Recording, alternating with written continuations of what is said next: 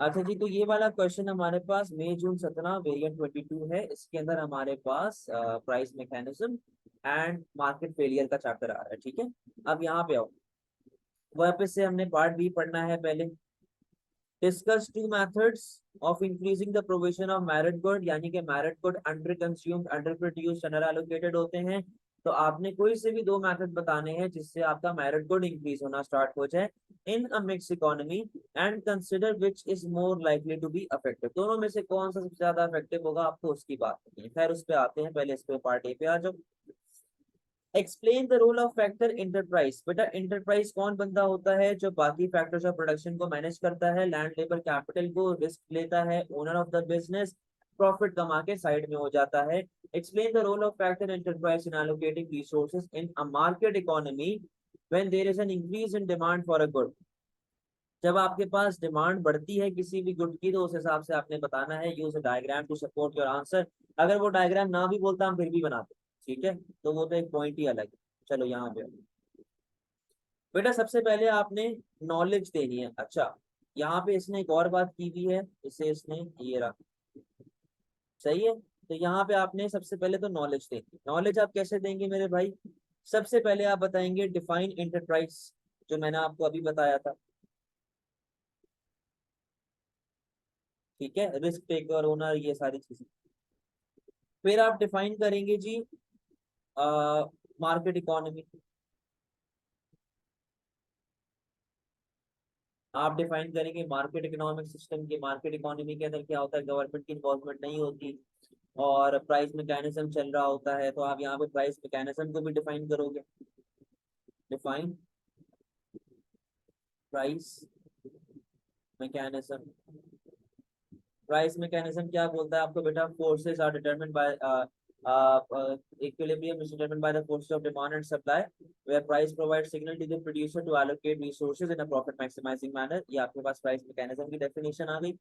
सही है, ये तीनों आपके पास इंट्रोडक्शन के पार्ट आ गए। अब वो आपसे कहता है कि डिमांड इंक्रीज हो रही है।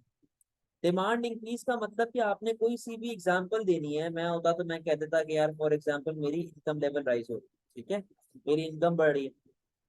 तो मैं यहाँ पे लिंक करता इक्विलिब्रियम वाला, मैं यहाँ पे डायग्राम बनाता इक्विलिब्रियम की, और उसके अंदर डिमांड को इंक्रीज करके दिखा देता। लेकिन मैं रैशनिंग फंक्शन शो करूंगा। कौन सा फंक्शन शो करूंगा? Rationing function. Signalling function show नहीं करूंगा, मैं रैशनिंग फंक्शन शो करूंगा। रैशनिंग फंक्शन इसलिए शो करूंगा क्योंकि उस क्वेश्चन का मेन फोकस क्या है कि डिमांड बढ़ रही है, तो मुझे कंटेंट चाहिए। मैं रैशनिंग फंक्शन शो करूंगा जहां पे मैं पहले आर्टिफिशियल शॉर्टेज दिखाऊंगा, फिर बोलूंगा देखो शॉर्टेज हो गई इतने से इतने पॉइंट तक। फिर मैं बोलूंगा कि यार ये देखो हमारे पास प्राइसेस बढ़ना स्टार्ट हो गई क्योंकि प्रोड्यूसर को सिग्नल मिला। जब प्रोड्यूसर को सिग्नल मिलेगा तो प्राइस लेवल बढ़ रही है। प्राइस बढ़ने से इतना चंक ऑफ कंज्यूमर जो है वो मार्केट से बाहर हो जाएगा, यानी कि राशन आउट हो जाएगा। ये सारी बातें आपने इस तरह बतानी है। कोई मसले वाली बात?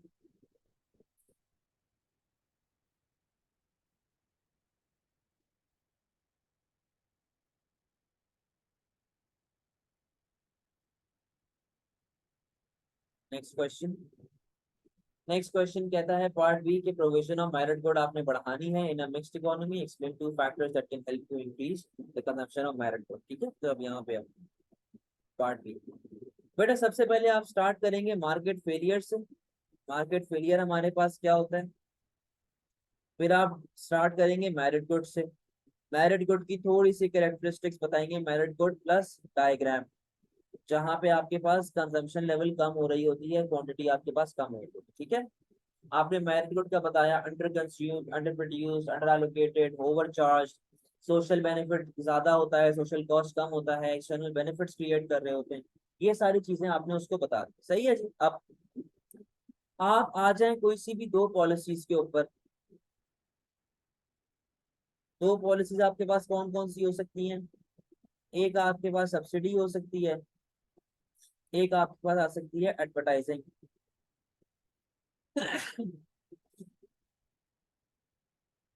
सही है, एडवर्टाइजिंग। आप सब्सिडी की बात करना स्टार्ट करेंगे।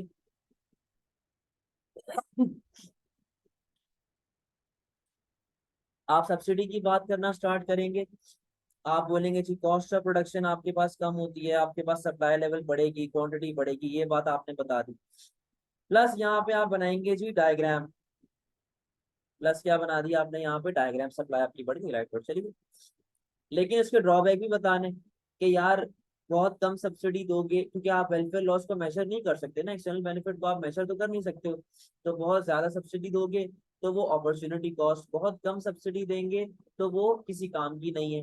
ठीक है, ये बात आपने बताया। फिर आप बोलोगे यार सब्सिडी को मेजर करने का तरीका भी मुश्किल है कि मैं किस हिसाब से सब्सिडी दूं, क्योंकि मुझे तो नहीं पता कितना एक्सटर्नल बेनिफिट्स आया। और फिर आप एडवर्टाइजिंग पे आएंगे, इसके बेनिफिट्स एंड ड्रॉबैक्स लिखेंगे। कंज्यूमर को नॉलेज मिलती है, उससे आपकी डिमांड बढ़ेगी। फिर आप डिमांड बढ़ा के डायग्राम दिखा देंगे। ठीक है, तो टोटल आपके पास कितनी डायग्राम्स आ गई हैं? टोटल आपके पास 3 डायग्राम्स आ चुकी हैं। ठीक है, लेकिन इसके ड्रॉबैक कि भाई एडवर्टाइजिंग की एफिशिएंसी क्या है, एडवर्टाइजिंग कॉस्टली होती है, ये बात आप बताएंगे उसको। ठीक है, फिर आप बोलेंगे जी एडवर्टाइजिंग इम्पैक्ट लाने में टाइम लेती है, टाइम कंज्यूमिंग होती है। अब आ जाए कंक्लूजन के ऊपर। कंक्लूजन बेटा हमेशा याद रखना, एडवर्टाइजिंग हमेशा जीतेगा मार्केट फेलियर के अंदर। रीजन ये है क्योंकि असल फसाद की जड़ क्या होती है? असल फसाद की जड़ होती है लैक ऑफ इंफॉर्मेशन या फिर लैक ऑफ नॉलेज। असल प्रॉब्लम क्या होती है आपके पास? Lack of knowledge. ठीक है, अब वो लैक ऑफ नॉलेज सिर्फ किससे हल हो सकती है? एडवर्टाइजिंग से हल हो सकती है। तो कोई सा भी एक बेसिक सा एडवांटेज यहाँ से बचा लेना और उसको डाल देना कंक्लूजन के अंदर। कोई सा भी बेसिक डिसएडवांटेज यहाँ से बचा लेना और उसको डाल देना कंक्लूजन के अंदर। सही है, तो एडवर्टाइजिंग का आप एडवांटेज लिखेंगे और सब्सिडी का आप ड्रॉबैक लिखेंगे। कोई मसले वाली बात है?